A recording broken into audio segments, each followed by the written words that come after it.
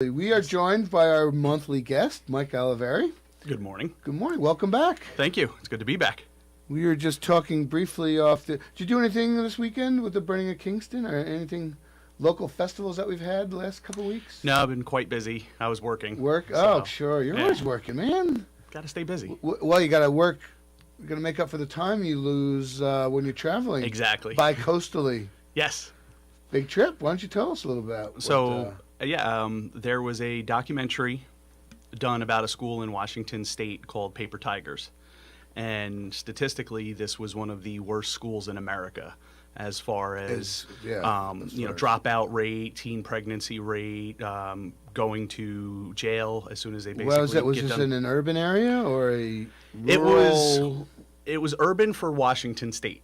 Okay. It's like so Albany. all members of the Department of Social Services had to watch this video, and my wife saw it and said, "You need to contact this school and share your story with them." So I called them up and I contacted them, and it took about 8 months, but they finally said, "Hey, we would like you to come out there." So I went out there, and it was just an amazing, amazing experience. It's an alternative school, so these are kids who, are behind the 8 ball, so to say, in life. I mean, after they've probably been a lot of abuse, neglect. I don't want to say kicked out, but they're not in the regular, public schools. Correct. They've been sent to this school for bad kids, if yes, you will? essentially. Okay. For lack of a better term. I'm ignorant about the new terms. And so I went there, and I just shared my story with them, and the response was amazing. Afterward, I leave time for a QA session, and there were kids who were coming up hysterically crying, basically saying, "Thank you for sharing your story. I'm going through a lot of the same things." And it was good to know that I related to these kids, but it was also bad that there's still so many kids going through the things that they were going through. Is this high school age? High school age kids, yeah. And how many students did you address? There was about 150 at this school. So that's amazing because, when you have a large group like that, it's sometimes very difficult. Small groups of 20, 15 students, one-on-one, you can really reach them. So you must have made a tremendous impact when you're talking about a gymnasium full of 150 students, high school age, and for them to sit there and listen and bring them that emotion to the forefront. I mean, that is just absolutely amazing to me. Thank you. Yeah, it's tough because you must speak from the heart. Exactly. And, regardless of what these kids are going through, they can tell who's being real with them and who's lying. And, it is an honor to be able to captivate an audience like that because high school kids are the hardest age of people to, maintain, attention. Think they know everything. Yeah. But it was sad. This one girl, she came up to me afterward and thanked me, and she was sharing her stories, and she's like, "I wish I had the outlets you did." And she lifts up her shirt, and she was a cutter. Oof. And that's how she kind of got over the thing. And I was kind of taken back by. Okay. It's been a while. Life can be uncomfortable. Your bathroom tissue shouldn't be. For strength and softness, find comfort in Purex.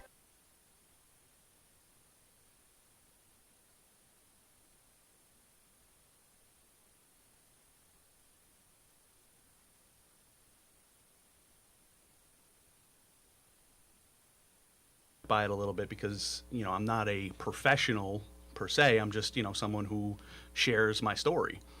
And, I consoled her. I told her it's okay. You got to find other ways to go about it. But, and I wound up giving her a hug. But it was difficult yet heartwarming at the same time that these, kids were contacting me and looking to me. And there was another kid there. He waited until the very end. And he came up crying before I even said anything to him. And he goes, "In your story, I'm your stepfather."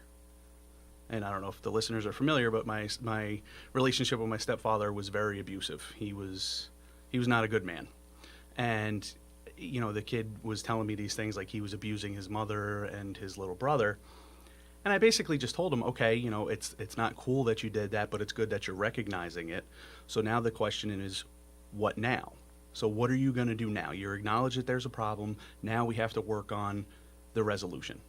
And he kind of lit up a little bit because I think he was expecting someone to condemn him for his actions. What the heck's the matter with you? Why Exactly, because Yeah, right. unfortunately that's what they're used to. They're used to people coming down on them. And I was like, okay, listen, the good thing is you acknowledged what happened, so now we got to work on stopping it from happening. And I was like, even if you fail again, it's okay, but you just have to recognize every time what your failure was, and then learn from it. Do you find that many times a child like that had been abused when he was young, so therefore he follows that Absolutely. pattern? Yep. And so it's the only thing that they know, it's the only thing they understand, and it's that's why it's so hard to break the pattern, and that's what you try to do by educating them and saying, you don't have to live this life, you don't have to follow in these footsteps. There are other avenues for you. Exactly. And that's what I show them. Because, I mean, it's different if you have a therapist or a psychologist who comes and essentially they're educated, but they're reading from a book.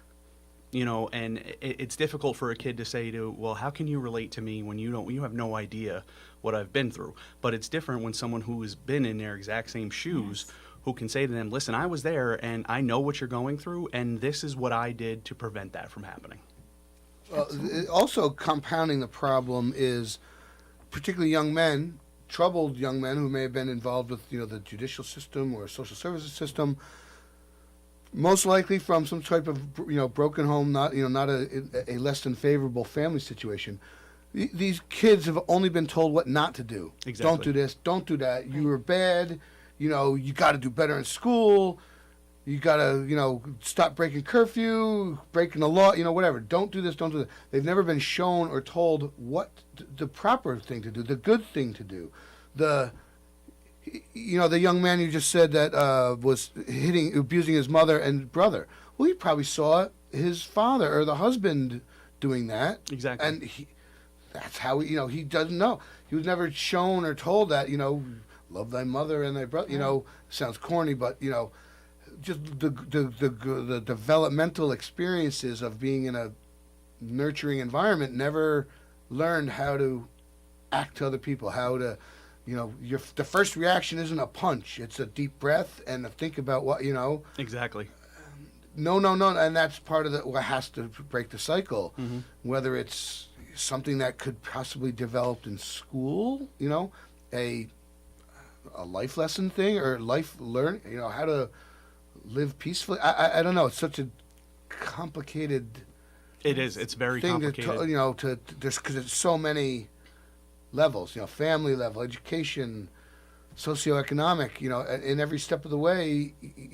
Unless you've been shown or it's been demonstrated to you, you don't know how to do it, so you don't do it, and then you're yelled at for doing what you don't know, or you don't know what the correct behavior is. So it's complicated. It is. And what I'm learning is a lot of these schools in general, not just alternative schools but just schools in general, they don't properly equip the kids with those skills.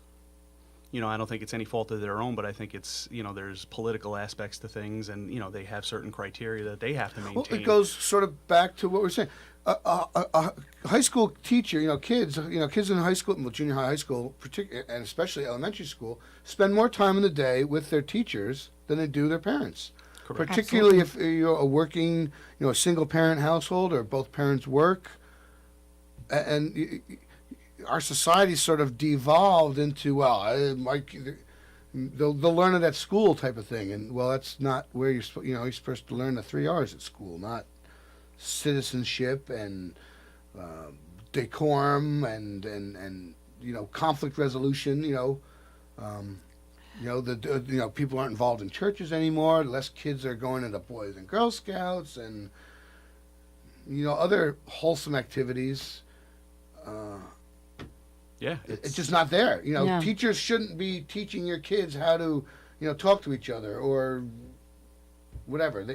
Are you finding that schools are reaching out more, realizing that they need to people such as yourself who are advocates for these children to reach out to them? I know the Bruderhof does a Breaking the Cycle presentation to a lot of the schools, and that's about violence and breaking the cycle. And you hear about more and more presentations. Do you find that the schools are more open and the organizations are more open to you coming in and telling your story? That's a double-sided coin. Okay. Yes, I am learning that more and more schools are reaching out to me, which is a good thing. Unfortunately, New York has not. I have done presentations in Vermont, Massachusetts, Connecticut, Washington State. I have friends that are teachers in schools all throughout the Hudson Valley. I have not been able to get one local school. And I went to Onteora, I went to Ellenville, I went to Monticello. I can't get one school locally to call me back. And what do you attribute that to? I- Just they're not that just New York State laws, rules, regulations. Maybe I'm it's thinking not- that's what it has to be because, Okay. like I said, it's not that. I know for a fact that every school district can benefit from my message. Right. And, as some of the listeners know, I work on a donation basis. So if a school can't afford to pay me, I'm That's not not going an to charge issue. them because that's not an issue for me because the message is far too important to be held hostage by saying, if you don't pay me X amount of dollars, I'm not going to come there. Right. So I will work for free if need be because like I said, I know there's one kid every single place I've ever gone that has benefited from hearing me speak, and that's why I do what I do, to be able to help that one kid who was in a certain situation that they deemed hopeless until they heard my message and said, wow, he knows exactly what I'm going through, and he was able to overcome.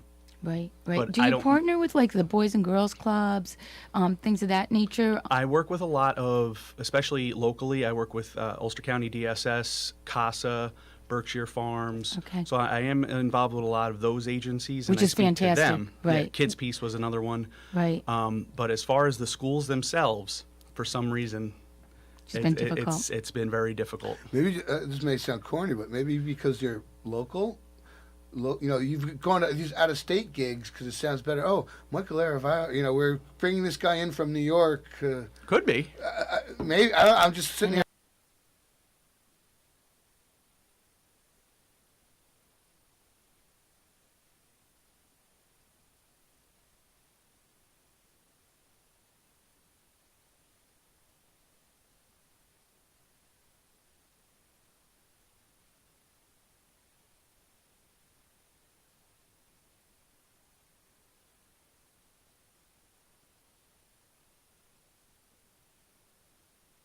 I'll make about up another marketing or profile. whatever. Yeah, Mike from California. Yeah, exactly. Say you're from Minnesota, Yeah. or Chicago or something. No, I'm making light of it, but Of course. it's perception. Yeah. And after the Washington presentation, the next day I had another presentation in Connecticut, and this was another troubling school. And I did the presentation, and afterward, this kid waited until the very end. He must have waited an hour to talk to me. And same thing, he started crying, and he goes, I'm 16 years old, and I've tried to kill myself twice for everything So that I've been sad. through. And that floored me. I mean, it was 16 years old. I mean, it doesn't matter how old you are to attempt suicide, but it hurt. And I didn't get nasty with him, but I basically was like, that needs to stop right now. Like that, it can never enter your mind again. I don't care how bad things get. And we must have talked for an hour and a half to the point where the guidance counselors who were there basically had to say, listen, we got to go. So you got to end this. Yeah, But light bus is about to leave. yeah, but it was so heart-wrenching that at 16 years old, this kid, His life is that bad. he that- thought his life was that bad that he attempted suicide twice. And it was just, like I said, it was Yeah. heart-wrenching to think a kid. tell you what the horrors of this young person lived through to Right. think about taking your life. That's just baffling. It is. And I mean, he's gone through some stuff, but that's never an end game to me. Yes. There's always, and that's what I told him. I was like, listen, his father had passed away, and I was like, what do you think how would your father have thought if you succeeded? And he's like, well, I never thought about that. And I was like, you got to think about, instead of, look at the best situation you can in any situation. There's always two. However you decide to look at it is what's going to dictate what happens. And Well, yeah. Yeah, very true. Yeah. Wow, And- that's pretty deep there, right? Yeah. and so it's it was so heart-wrenching, but I gave him all my contact information, as I do with any presentation I do, and he's been in contact with me. And there has been some there's follow-up? been Okay, follow-up. good, Yeah, good. That's great. Yeah, and That's I always wonderful. tell these kids, I say, listen, here's my contact information. I may not be able to respond to you right away, but I promise you, Leave a I will message. always respond. And it's sad, but that's just what some of these kids need. As we were talking about earlier, they're always, taught negative things like, no, can't act like that, you can't act like that. They've never had someone in their corner. Just, hey, you're doing great. Hey, everything's okay. They just need that one positive, steady person in their life in any regard. They may not. This young man's father passed away. So Yes. he may have had no, a rudderless ship, just no guidance, no, Right. no Unfortunately, yeah. lost in your own, and every day you think about it, you make your own problems worse. You dwell on them, and it's like the snowball, and pretty soon you can devolve into give yourself a mental health issue. You can drive yourself into depression, and Absolutely. And And that's if no one's, like you said, and the kid, you may have been the first person to reach out to him and offer support, or at least know that, like you said, someone's got his back, or which is it's sad. 16 years old. should be the best time of his life. Right. Exactly. I mean, Her life, kid's life, These are absolutely. these are the years that I don't want to say dictate the rest of your life, but they mold do. you into what person could you happen. become. Sure. Put you on the path. Yeah. That's for- Right. So for people that just tuned in, we're talking to Mike Oliveri, and Mike is an advocate for students, children who really need a voice and don't have that voice, and he reaches out to them. So Mike, for people who are listening that might want you to become involved in their organization, or might want you to come to speak to their students or their groups, how do they get in touch with you? How do they partner with you? How Sure. does that occur? My telephone number is one of the best ways to get in touch with me. That's area code 845-742-3481. And my website is Michael, Michael,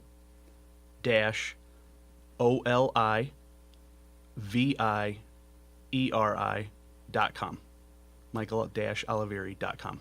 And as you said before, donations. So you don't charge, and if you can't afford to pay, you still will come and speak to the Absolutely. organization. That speaks volumes of where you're coming from, and the reason and that you are an advocate for these children. Yeah, it's like I said, it's always, to me, it was way more important to change someone's perspective than it was to get paid for something. Like that kid, like we were just talking about. You may save some young man, some young person's life, and there's. And No how price can you you can put put on it? that, Yeah, right, there- Graham? there- exactly. There's I'd no give you price money tag. back if I could save somebody's life. But before we were on air, you were speaking with Nina about a statistic about higher education and kids that have been in foster care. Yeah, I didn't quite catch all that. What was? Sure. In doing my research, and because like I said, I'm an advocate for people or for kids in foster care, and the disturbing facts of what happens to a child in foster care once they become adults, it's mind-boggling. The one statistic I shared, less than 1% of kids who are in foster care will ever achieve a bachelor's degree. That speaks And volume. That there's statistic alone, right? Millions of kids that have been through foster care. Exactly. And it's almost, you're behind the eight ball right from the start. And I came up with a weird correlation, but the term foster kid almost gives the same negative stigma that pit bulls have.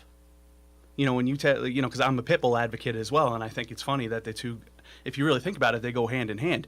When you say, oh, I have a pit bull, everyone's like, oh, Right. that's a bad dog. Yeah, when you yeah. say, oh, that's a foster kid, people are like, oh, immediately there's something wrong. But it's what did he evil. do? Yeah. Yeah. But it's the same thing. You're talking about someone who just wants to be loved. And Who's a victim? I don't want to say a product of their environment. Probably a victim. victim of their environment. exactly. So that's pretty. Dang, you are full of these deep insights. Yes. Yeah, and it's, I just thought about my own upbringing, and I love dogs in general, and it's funny that I flowed towards pit bulls, but it's the same thing. It's that unconditional love that sadly we don't really experience. You know, if you're a kid in foster care, or if you've been in abusive relationships as a child, the unconditional love you're supposed to experience is from your parents, Right. but you never had it. So, you know, spouses, anyone else except when you have a child, like you really never have that 100% unconditional love, except from a dog. So, and even the research now that I'm doing on it, I see a lot of correlation. There's people that I've talked to who are foster kids, or who were in abused and neglected as a child, and a big percentage of them want to get into like animal rescue, animal care, something always to do.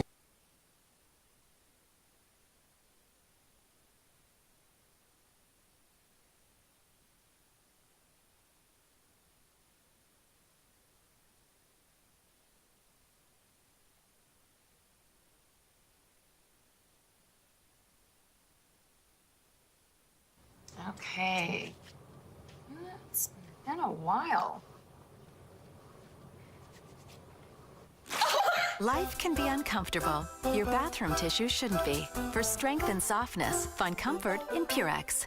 With animals, or Yeah. nurturing, or, yeah, you know, because helping something that has no voice or whatever. Exactly. You know? Yes. And we will love you unconditionally. yeah, Yeah. That's so 'Cause what- interesting. The thing that they've wanted, they can Yeah. provide or whatever. exactly, Wow. yeah. And so when I thought about it, it kind of blew my mind. Yeah, I was that's like, probably wow, a this doctoral. makes You could probably work a doctoral thesis. Yeah, you probably could. yeah, Yeah, you probably could. Guarantee you probably could. Yes. With correct research and able to back it up and whatever. Right. but There you go, yeah. Doctor. got to work on the masters, and then I'm 3 years. We're joined with Dr. Oliveira today, and, or Professor, you know, right? Yeah, No, but that's a great insight. thank you. It's phenomenal. Every time I leave a presentation, I'm smiling ear to ear, because I've called my presentation "Pain with a Purpose," and The purpose. it's giving whatever pain you've had that you've gone through in life, give it a reason, and do it for something positive. Like, I remember when I was in foster care and everything, I was growing up, everyone said, you shouldn't be angry. Don't be angry. Don't be angry. And I tell these kids, I'm like, it's perfectly fine to be angry, but you have to do something positive with that anger. And, when I was growing up and I was going through everything, I kind of asked why a lot, why is this happening to me? But I always knew everything happens for a reason. And then when I decided to go down this path, that's when it clicked. It said, okay, I went through everything I had to go through to help someone now. So the purpose of my pain was to share it with others and say, listen, I was in your situation. I was behind the 8 ball just like you. I've overcome astronomical odds, and I'm here to show you that you can do it as well. And you do this is not your full-time job. No. So, right. So again, the commitment that you have family, you have your full-time job, and then you take your extra time and you give it to these students. So that speaks volumes also. Thank you. How much you really care. And it's not easy. We all know, right? We work every day. We have our families, we have our children, and then you take the time to just go to the state of Washington and then come all the way across the country and go to Connecticut just to make a difference maybe in one person's life. Exactly. Ideally, I would love to do this full time. Right. That's the end goal. But as of right now, and I'm lucky, I have a phenomenal boss who, when I true, say, too. listen, I have a presentation, he goes, okay, do your thing. Best of luck to you. Yeah. Yeah. Try to get back on, Yeah. Try to get back to Yeah, time yeah, and right. manner. Exactly. But it's your passion. You found your passion. You're Exactly. Able to articulate it and get out and pursue. I guess pursue your passion. A lot of miserable people in this world have never figured out what they love. So That's right. you've got you're blessed to a degree where I really feel that you way. found your calling. Helping. Your desire to help other people, and it's admirable, commendable. So. And I think we're getting to the bottom of the hour, Yep. Cam, right? Time for a break? Yeah, Yes, 1 minute. 1 But, minute. well, no, I just want to say thank you. And course. as always, I get inspiration from this, from your segment. Absolutely. Thank you. Yes, definitely. It's important, when it's good, talk shows and news shouldn't always be about the bad. You know, Exactly. we need to Right. give more positive out there, and